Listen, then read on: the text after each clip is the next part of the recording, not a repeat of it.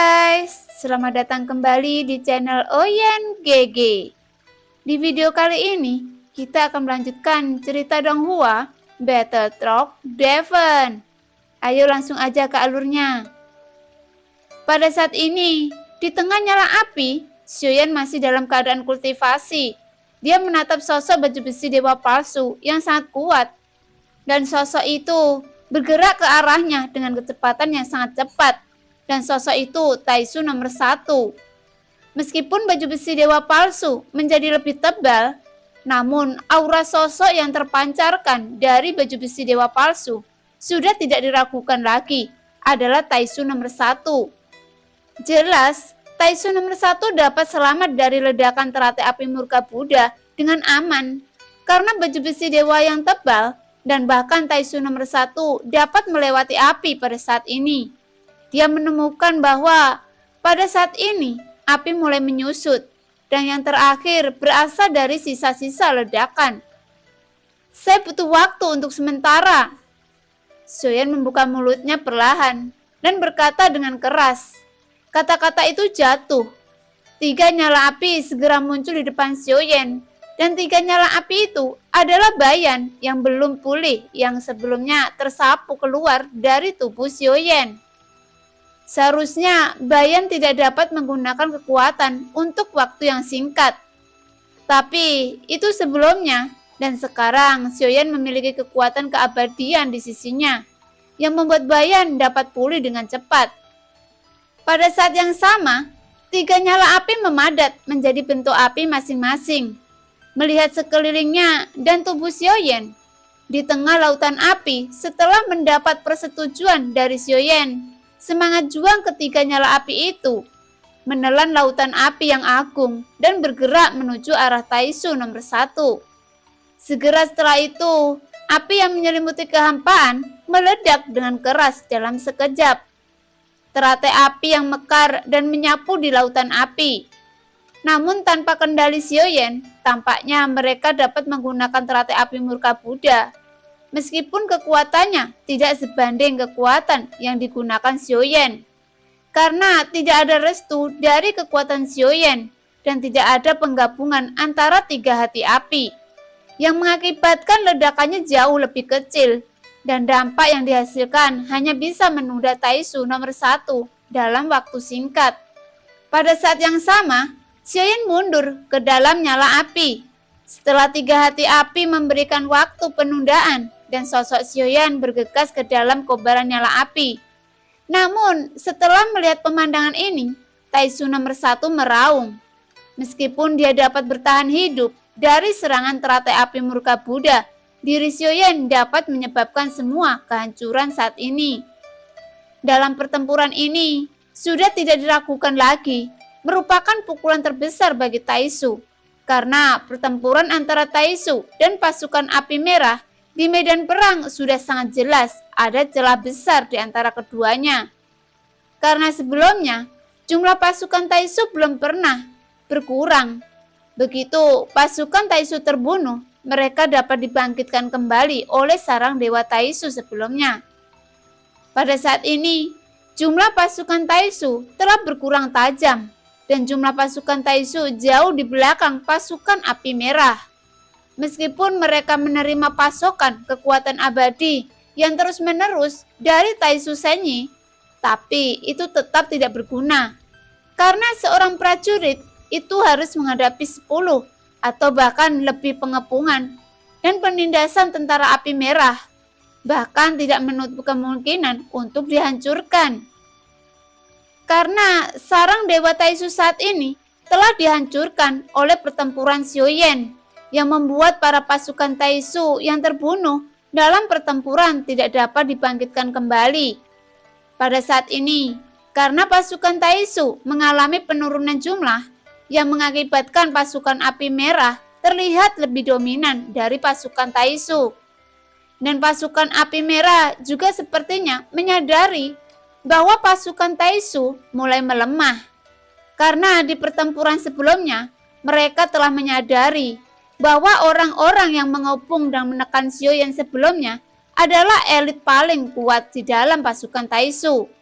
Setelah pasukan elit Taisu dibunuh oleh Xiaoyan dan mengambil baju besi dewa palsunya, mereka tidak dapat dibangkitkan, yang mengakibatkan kekuatan tempur pasukan Taisu secara alami akan turun tajam lagi.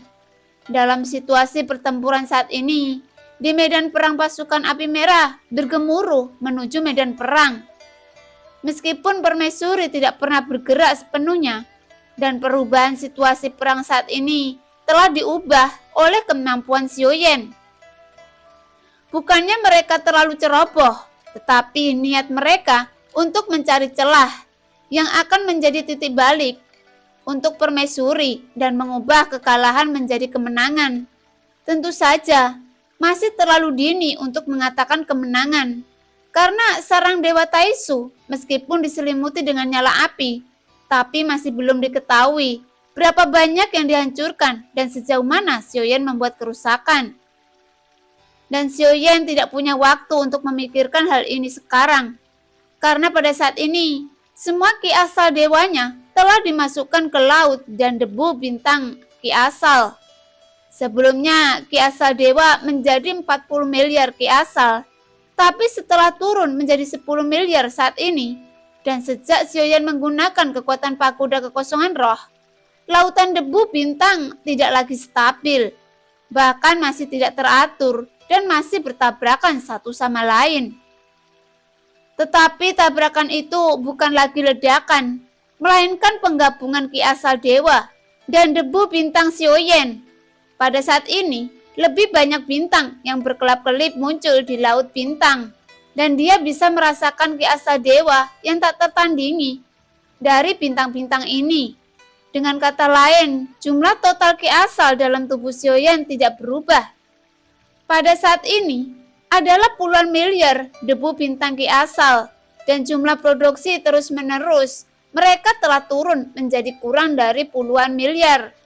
Selama penggabungan itu, dan penggabungan sangat cepat, 8 miliar, 7 miliar, 6 miliar. Namun, Xiaoyan tidak bisa menggantikannya dan tidak berusaha untuk menggantikannya. Meskipun dia tidak tahu apa yang sedang terjadi dengan lautan bintang ki asal dewa saat ini. Dan Xiaoyan tidak merasakan ancaman apapun saat ini. Tetapi dia dapat dengan jelas merasakan bahwa ini adalah perubahan suatu yang berbeda. Perubahan kualitatif lautan bintang ki asal dewa. Sebelumnya, permaisuri berkata bahwa untuk menerobos alam leluhur dewa perang itu perlu menemukan bintang kelahiran. Tapi saya telah mencobanya berkali-kali, tapi tidak berhasil. Jika dia ingin mencari bintang kelahiran di lautan bintang, tidak mungkin melakukannya tanpa ratusan atau bahkan ribuan tahun. Namun yang terjadi sekarang, lautan bintang ki asal dewa semakin berkurang. Mungkin jika hanya ada 1 juta ataupun puluhan juta, mungkin dia dapat menemukan bintang kelahiran dalam waktu singkat. Saat ini, Xiaoyan tidak tahu seberapa banyak ki asal dewanya akan menyatu. Meskipun begitu, dia belum berniat untuk berhenti saat ini. Namun saat Xiaoyan yang berkonsentrasi untuk berkultivasi, aura Taisu nomor 1 segera menyapu dan mendekat lagi. Dan pada saat yang sama, 3 hati api juga kembali ke tubuh Xiaoyan satu demi satu. Jelas, mereka telah mencoba yang terbaik, karena kekuatan dari 3 hati sendiri tidak memiliki banyak energi untuk digunakan. Jadi, mereka tidak dapat menggunakan kekuatan asli mereka dengan mudah.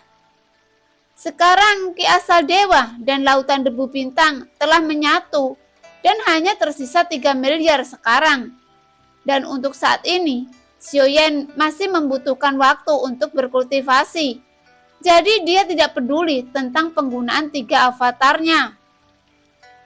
Meskipun avatar dewa asli, avatar Yonghe, dan avatar pemakan jiwa digunakan, tetapi kekuatan tempur Taisu nomor 1 telah meningkat pesat pada saat ini. Dia mengangkat tangannya dan meninjuk dengan kekuatan jiwa. Namun, avatar dewa asli langsung maju dan memblokir serangan Taisu nomor 1 dengan pukulan dan tinjunya keduanya bertabrakan dengan keras. Duar, yang mengakibatkan kekuatan ganas meledak di lautan api, dan seluruh gelombang api tersapu oleh kekuatan yang kuat. Taisu nomor 1 tertawa, karena avatar dewa asli benar-benar memblokir serangan Taisu nomor 1 dengan pukulan, dan tertembak ke belakang yang membuat kelima jari avatar dewa asli langsung patah. Xiaoyan juga terkejut kekuatan saat melihatnya, karena kekuatan tempur yang ditunjukkan Taisu nomor 1 sebelumnya belum mencapai level ini. Pada saat yang sama, kekuatan jiwa yang kuat dari avatar pemakan jiwa menyelimuti seketika. Namun sosok Taisu nomor 1 berkedip dan muncul di depan avatar pemakan jiwa. Anehnya, dia tidak terpengaruh oleh kekuatan jiwa dari avatar pemakan jiwa, tetapi tampaknya membuatnya kesal. Bahkan ketika dia mendekat dan mencengkeram leher avatar pemakan jiwa, dia langsung mematahkan lehernya, dan kepala avatar pemakan jiwa benar-benar terpelintir. Untungnya avatar dewa asli pulih dengan sangat cepat. Saat yang sama, avatar Yonghe juga menyapu ke arah Taisu nomor 1. Mereka menyapu bersamaan. Namun, kekuatan tempur Taisu nomor 1 jelas lebih kuat, dan itu telah meningkat lebih dari 1 tingkat. Bahkan jika keduanya bergabung, mereka masih bukan lawan Taisu nomor 1. Jadi, waktu mereka dapat menunda-nunda mungkin tidak lebih lama dari 3 hati api. Xiaoyan terkejut karena 3 avatarnya dipukul mundur lagi. Dan Taisu nomor 1 terus menyerang Xiaoyan dengan kasar. Dengan kecepatannya sangat cepat, dia jelas ingin mengalahkan Xiaoyan menjadi daging cincang dengan 1 pukulan. Karena membawa Xiaoyan ke dalam sarang Dewa Taisu tampaknya menjadi pilihan yang salah. Tentu saja Taisu nomor 1 tidak pernah membayangkan bahwa Xiaoyan memiliki kekuatan penghancur yang begitu mengerikan. Taisu nomor 1 mengambil 2 langkah dan membuat 1 langkah telapak kakinya menghantam kekosongan. Bahkan kecepatannya meningkat tajam, dan dia mendekat dalam sekejap dan tersenyum. Tetapi pada saat ini, Xiaoyan mengangkat kepalanya dengan mata terpejam dan menatap Taisu nomor 1 yang sedang mendekat. Tubuhnya berhenti menyusut untuk sementara waktu. Saat ini, Xiaoyan tidak bisa lagi menyimpannya, bersiap untuk menghancurkan Taisu nomor 1.